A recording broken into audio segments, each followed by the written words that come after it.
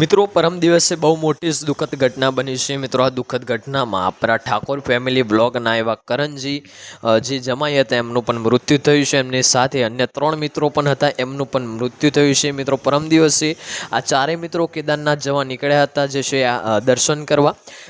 ત્યાં યુપીમાં એમનું જે છે કાર એક્સિડન્ટમાં મૃત્યુ થયું છે। મિત્રો કારના જે છે ચાલકે કંટ્રોલ ગુમાવતા 20 ફૂટ ઊંડા ખાડામાં ગાડી પડી હતી, જે બલેનો ગાડી હતી અને બલેનો ગાડીની અંદર આ ચારે મિત્રો હતા। કરણજીના સાથે સાથે જે છે એમના 3 મિત્રોનું પણ અહીંયા જે છે મૃત્યુ થયું છે।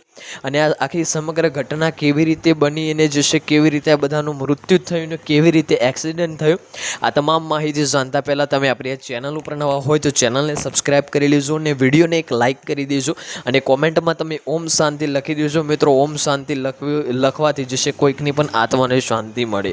મિત્રો જે આપણા કરણજી ઠાકોર છે એ જમાઈ હતા અને આ જે છે જે સરગાસન છે ત્યાં તેમનો ડીજેનો ધંધો હતો, એમાં જે છે તે ડીજેમાંથી પણ ઘણું કમાતા હતા અને સાથે એમને એક યુટ્યુબ ચેનલ હતી જે ફેમિલી બ્લોગ બનાવતી હતી। ફેમિલી બ્લોગ એટલે જે છે પોતાના પરિવારના બ્લોગ બનાવીને એ યુટ્યુબ ઉપર, ઇન્સ્ટાગ્રામ ઉપર ને એવા અલગ અલગ પ્લેટફોર્મ, સોશિયલ મીડિયા પ્લેટફોર્મ ઉપર અપલોડ કરતા હતા અને સાથે એમની ફેન ફોલોવિંગ પણ વધારે હતી ને એમને જે છે ડીજેનો ધંધો પણ જોરદાર ચાલતો હતો।